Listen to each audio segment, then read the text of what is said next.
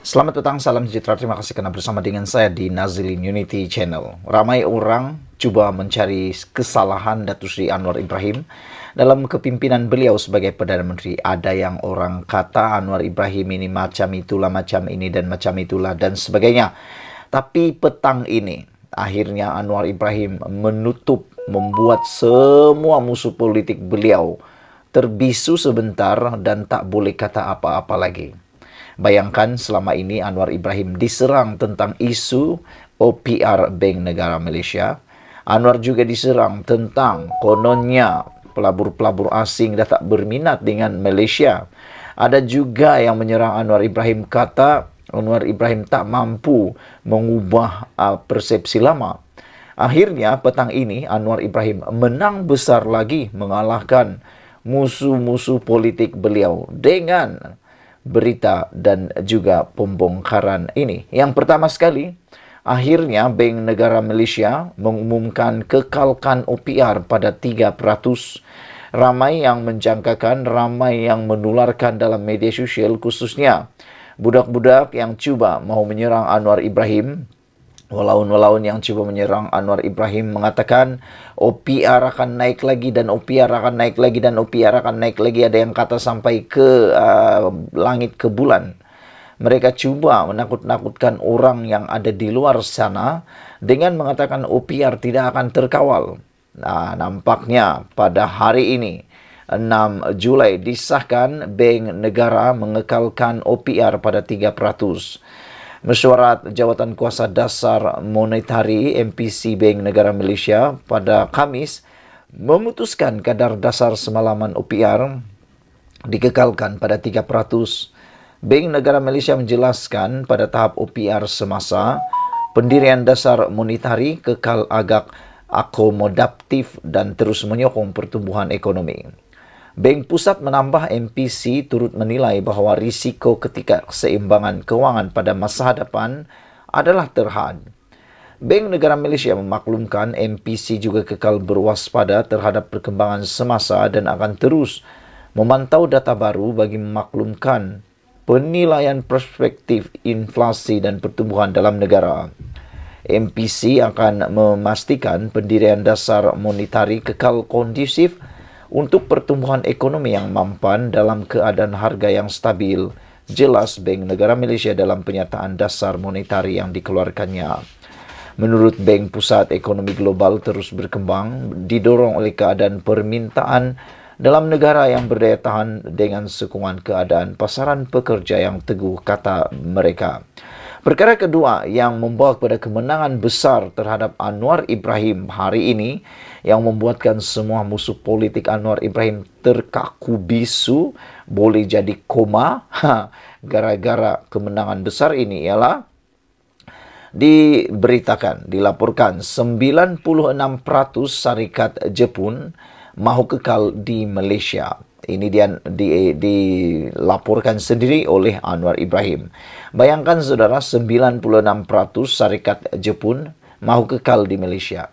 Maknanya, ini satu petunjuk bahawa pelabur dan juga penggiat industri yang ada di Malaysia kekal optimis dan menyokong Anwar Ibrahim sebagai Perdana Menteri, dan terbuktilah Anwar Ibrahim melalui kepimpinan beliau telah pun berjaya mengekalkan minat para pelabur tersebut. Sebanyak 96% syarikat Jepun mahu terus kekal di Malaysia dengan separuh daripadanya ingin mengembangkan perniagaan mereka di negara ini, kata Anwar Ibrahim. Beliau yang juga Menteri Keuangan berkata statistik itu berdasarkan tinjauan pertumbuhan perdagangan luar Jepun, JETRO, dan kadar pengembangan itu lebih tinggi daripada purata bagi ASEAN dan kedua tertinggi di rantau ini. Malaysia dan Jepun terus meraihkan hubungan diplomatik yang kukuh dengan kini masuk ke tahun 65, dan Jepun merupakan antara rakan dagang terpenting serta keempat terbesar Malaysia dengan jumlah perdagangan sebanyak US dollar 41.21 bilion bersamaan dengan RM 181.51 bilion pada tahun 2022. Jepun juga disenaraikan sebagai salah satu sumber utama pelaburan langsung asing FDI yang masuk ke Malaysia dengan projek-projek di lapangan pembuatan, katanya dalam hantaran di Facebook hari ini.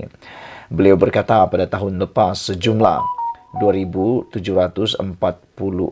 projek dilaksanakan dengan jumlah pelaburan bernilai RM91.14 bilion dan sebanyak 336,326 projek pekerjaan dijana, manakala pada tahun ini Malaysia memperoleh komitmen pelaburan dari Jepun sebanyak RM23 bilion. Justru, Anwar berkata adalah mustahak untuk Malaysia terus memastikan persekitaran pelaburan kondusif dan mampu menarik minat lebih banyak pelabur asing ke negara ini, kerana peningkatan FDI yang berterusan adalah bukti keyakinan pelabur asing yang kian pulih terhadap kemajuan dan potensi ekonomi negara. Perdana Menteri hari ini mengadakan pertemuan bersama Duta Besar Jepun di Malaysia. Sementara itu, Anwar berkata beberapa tahun kebelakangan ini, aliran masuk FDI terus menguat, tak kala negara menyaksikan pelaburan masuk yang diluluskan berjumlah RM71.4 bilion pada sukuk pertama tahun ini, lantas menjadikannya suatu lonjakan ketara, yakni sebanyak 60% berbanding tempo yang sama pada tahun lepas. Asas ekonomi kita terus kukuh dibuktikan dengan inflasi yang rendah serta lanskap politik yang semakin stabil. Permintaan untuk produk dan perkhidmatan Malaysia juga semakin meningkat. Kerajaan juga berkomitmen tegas untuk membangunkan industri baru seperti ekonomi digital dan teknologi hijau. Kata Anwar, saya amat yakin dengan prestasi masa depan pelaburan di Malaysia yang pastinya akan terus rancak. Kerajaan akan terus berusaha sebaiknya dalam memperkukuh iklim pelaburan lebih baik, dan kerajaan juga sedang meningkatkan kemudahan menjalankan perniagaan, menarik pelaburan bernilai dan berdampak tinggi serta mencipta tenaga kerja tempatan yang memiliki daya saing.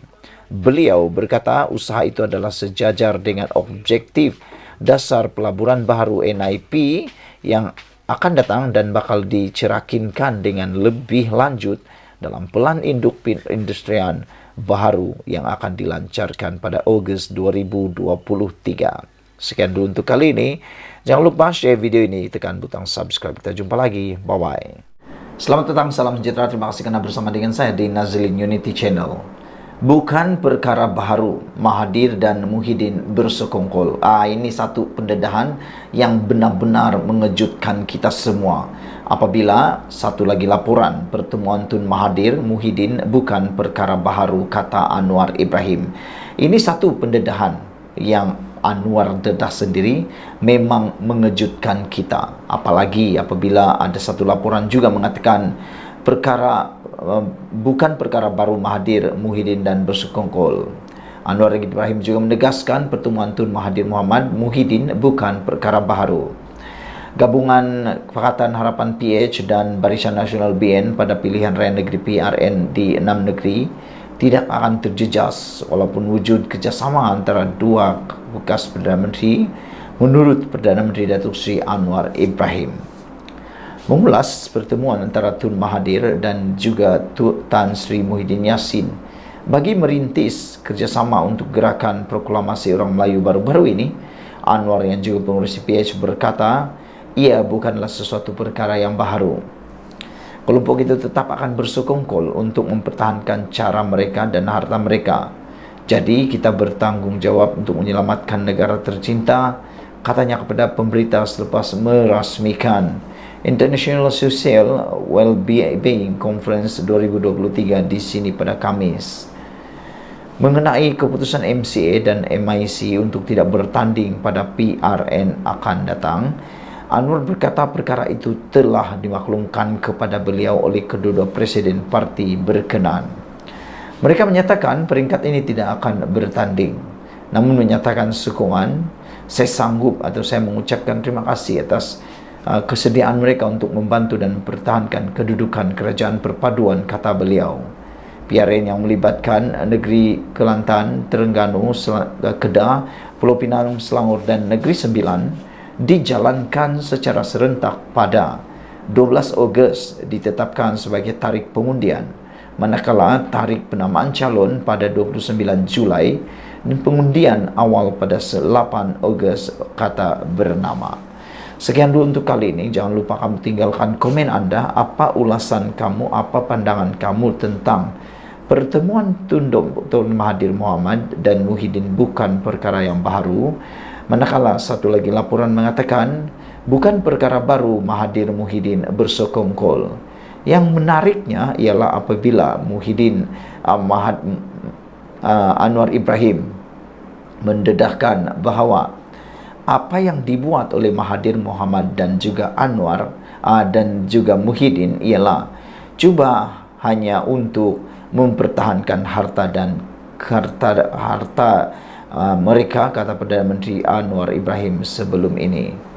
Dia mengulas lanjut lawatan pengurusi BN itu ke kediaman Mahathir di Seri Kembangan, Selangor pada malam Selasa yang berlangsung selama hampir 2 jam. Sekian dulu, ikuti terus ulasan selepas ini. Selamat petang, salam sejahtera, terima kasih karena bersama dengan saya di Nazilin Unity Channel. Ini satu lagi pendedahan rahasia Muhyiddin Yassin dan Mahathir Mohamad yang kita tunggu-tunggu dan memang panas seperti pisang yang panas. Apabila ditulis dalam sabudin.com mengatakan Mahathir dan Muhyiddin bersekongkol hanya untuk jaga harta mereka. Ini kata Anwar Ibrahim. Wah, apabila Anwar Ibrahim yang mengatakan, maka ini adalah satu perkara yang amat serius. Perdana Menteri Anwar Ibrahim mendakwa kerjasama antara Muhyiddin Yassin dan Dr. Mahathir Mohamad sudah dijangkakan untuk menjaga kepentingan masing-masing termasuk harta mereka. Perdana Menteri berkata ia berbeza dengan kerajaan perpaduan pimpinannya yang berusaha dan bertanggung jawab untuk menyelamatkan negara dan rakyat. Itu bukan perkara baru. Kita tahu kelompok itu tetap akan bersekongkol untuk mempertahankan cara dan harta mereka.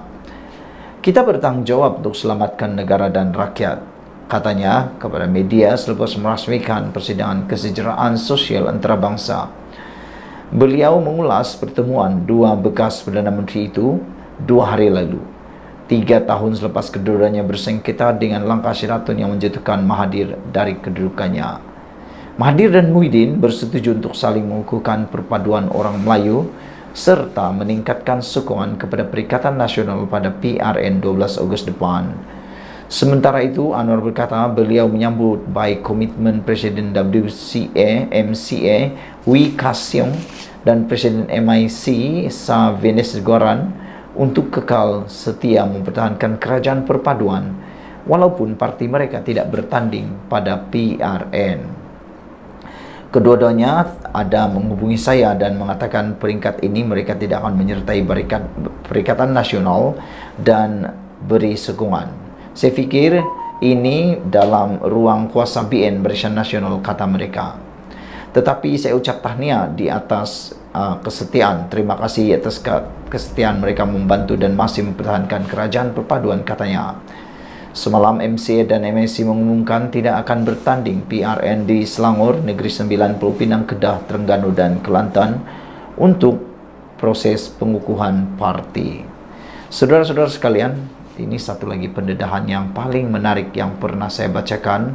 Apabila Mahathir dan Muhyiddin bersekongkol hanya untuk jaga harta mereka masing-masing. Ikuti terus ulasan selepas. Selamat petang, salam sejahtera. Ini satu lagi pendedahan rahasia Tun Mahathir Mohamad selepas 23 tahun jadi Perdana Menteri. Ikuti terus ulasan ini karena ianya diyakini pasti akan menarik perhatian Anda share kepada semua orang. Selama 23 tahun jadi Perdana Menteri, Mahathir sendiri tak pernah pertikai status berbilang bangsa Malaysia. Kenyataan bekas Perdana Menteri Dr. Mahathir yang mendakwa mempromosikan negara berbilang bangsa bertentangan dengan Perlembagaan Persekutuan adalah tidak berasas dari segi undang-undang, kata Timbalan Menteri di Jabatan Perdana Menteri Ramkal Palsing. Timbalan Menteri yang bertanggung jawab terhadap undang-undang dan reformasi institusi itu berkata, Dr. Mahathir yang menjadi Perdana Menteri selama 23 tahun tidak pernah mempertikaikan status Malaysia sebagai sebuah negara berbilang bangsa dan kaum dalam tempoh tersebut malah telah mengiktiraf perkara berkenaan. Tambahan pula, sebagai seorang bekas menteri selama lebih 2 dekad, sudah tentunya Dr. Mahathir Mohamad telah mempunyai akses kepada nasihat guaman melalui peguam negara dan oleh yang demikian sedar akan kedudukan undang-undang berkenaan perkara ini. Sebagai seorang negarawan yang berpengalaman, Dr. Mahathir sepatutnya sedar akan betapa pentingnya frasa unity in diversity should be our strength and not be our shame. Perpaduan dalam kepelbagaian harus menjadi kekuatan kita dan bukan keaiban kita. Di Malaysia, seperti mana dinyatakan oleh Hakim Mahkamah Persekutuan Zainul Ali di dalam kes Indira Ghani, dan mengambil iktibar daripada frasa tersebut, katanya dalam satu kenyataan hari ini. Mengenai dakwaan Dr. Mahathir terhadap desakan Malaysia tidak lagi dikenali sebagai negara Islam, Ram Kalpal berkata kedudukan agama Islam di Malaysia sebagai agama rasmi persekutuan tidak pernah dipertikaikan seperti yang termaktub di dalam perkara 3 Perlembagaan Persekutuan. Malah katanya, Mahkamah Persekutuan dalam kes Dennis Tanapal lawan Lembaga Pencegahan Jenayah dan ORS pada tahun 2022 telah menyatakan bahawa perkara 3 Perlembagaan Persekutuan berhubung agama merupakan sebahagian daripada struktur asas Perlembagaan Persekutuan yang tidak boleh dipindah oleh perlembagaan atau dipindah oleh parlimen melalui undian Perlembagaan Persekutuan.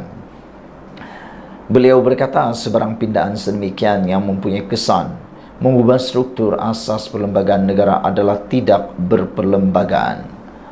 Perkara 3 Perlembagaan Persekutuan turut memperuntukkan bahawa agama selain agama Islam juga boleh diamalkan dengan aman dan damai di mana-mana bahagian persekutuan. Ini bermakna kewujudan perkara 3 Perlembagaan Persekutuan membuktikan bahawa Malaysia adalah merupakan sebuah negara yang terdiri daripada berbagai kaum, budaya dan agama, katanya. Selain itu, Ram Kalpal berkata perkara 8 Perlembagaan Persekutuan melarang sebarang diskriminasi terhadap mana-mana warga negara semata-mata atas alasan agama, ras, keturunan, tempat lahir atau jantina, dan perkara 11 memberikan seorang untuk hak menganut dan mengamalkan agamanya. Kesemua peruntukan perlembagaan di atas setelah dibaca bersama mencerminkan pengiktirafan bahawa Malaysia merupakan satu negara yang berbilang kaum, budaya dan agama, kata beliau lagi. Dipetik dari sumber bernama 5 Julai 2023. Saudara-saudara sekalian, menjadi pertanyaan besar kepada kita semua ialah kenapa Mahathir selama 22 tahun jadi Perdana Menteri, Mahathir sendiri tak pernah pertikai status berbilang bangsa Malaysia.